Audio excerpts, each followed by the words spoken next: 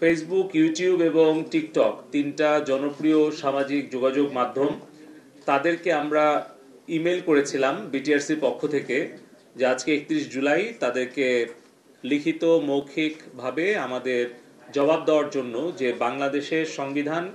বাংলাদেশের আইন এবং তাদের যে নিজস্ব কমিউনিটি স্ট্যান্ডার্ড সেটাকে তারা মেনে বাংলাদেশের সাইবার স্পেসে তারা কি তাদের কার্যক্রম পরিচালনা করতে চায়, নাকি তারা এগুলোকে অমান্য করে ভঙ্গ করে তারা এটা পরিচালনা করতে চায়। তো সেইটার জবাব প্রথমে টিকটক দিয়েছিল এবং আজকে টিকটকের প্রতিনিধি শারীরিকভাবে উপস্থিত হয়ে মৌখিকভাবে সেটা ব্যাখ্যা দিয়েছে এবং তারা আমাদেরকে আশ্বস্ত করেছে যে এই বর্তমান পরিস্থিতি স্বাভাবিককরণের জন্য, আইন শৃঙ্খলা রক্ষা করার জন্য এবং বাংলাদেশের নাগরিকদের জীবন রক্ষা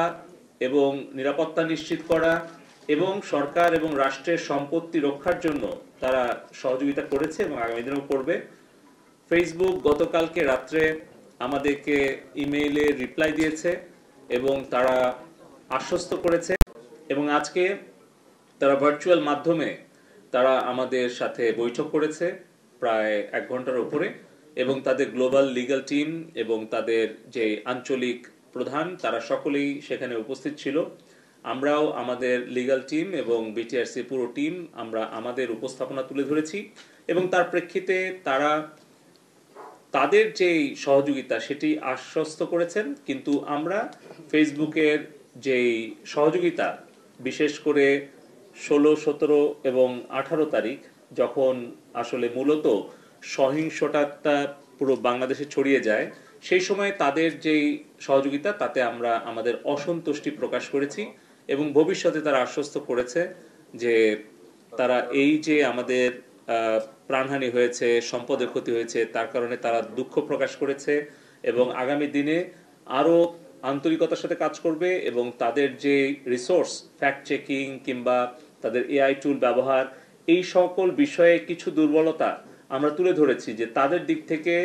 এই প্রক্রিয়াগত যে দুর্বলতা আছে, প্রযুক্তিগত দুর্বলতা আছে, আমাদের কাছে কি মনে হয় সেটা আমরা তুলে ধরেছি, সেটাও তারা অনেক অংশে মেনে নিয়েছে। ইউটিউব তারা